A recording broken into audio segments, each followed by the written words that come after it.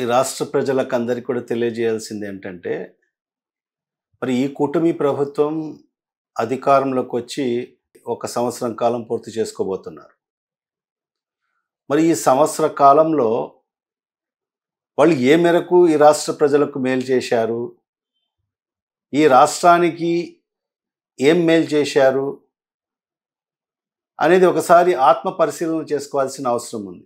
మరి వాళ్ళు ఆత్మ పరిశీలన చేసుకున్న తర్వాత ఆ మహానాడు పెట్టింటే బహుశా బాగుండేది.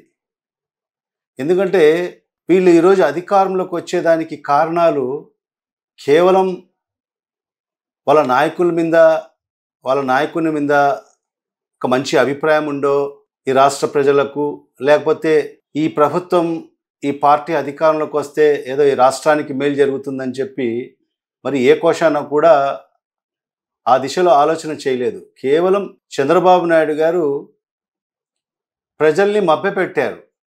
అనేక విపరీతమైన హామీలు ఇచ్చి సూపర్ 6 అని చెప్పి, సూపర్ 7 అని చెప్పి సుమారుగా 146 హామీలు ఈ రాష్ట్ర ప్రజలకు చెప్పి నమ్మబలికి వాళ్ళ ఓట్లు దండుకోవడం జరిగింది.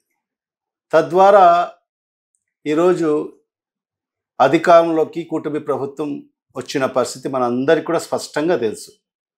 దాని ఇంకొక కారణం కూడా ఏంటంటే పవన్ కళ్యాణ్ గారు కూడా ఒక కారణం. చంద్రబాబు నాయుడిని నమ్మరు ప్రజలు. ఎందుకంటే గతంలో కూడా ఆయన్ని చూశారు కాబట్టి ముఖ్యమంత్రిగా. కొత్త వ్యక్తి తెరపైకి వచ్చాడు పవన్ కళ్యాణ్ గారు. మరి ఆయన కూడా ప్రతి బహిరంగ సభల్లో కూడా మరి ఏదైతే చంద్రబాబు నాయుడు ఏదైతే హామీలు ఇచ్చాడో అదే హామీల్ని ప్రజల ముందు ఉంచాడు. అంటే ప్రజలందరూ కూడా పవన్ కళ్యాణ్ ఉన్నాడు కదా, మరి ఖచ్చితంగా అది ఈ ప్రభుత్వం చేత మరి చంద్రబాబు నాయుడు గారి చేత చేయిస్తాడు అనే ఒక నమ్మకం ప్రజల్లో ఉనింది. మరి ఇవన్నీ కూడా కారణాలు.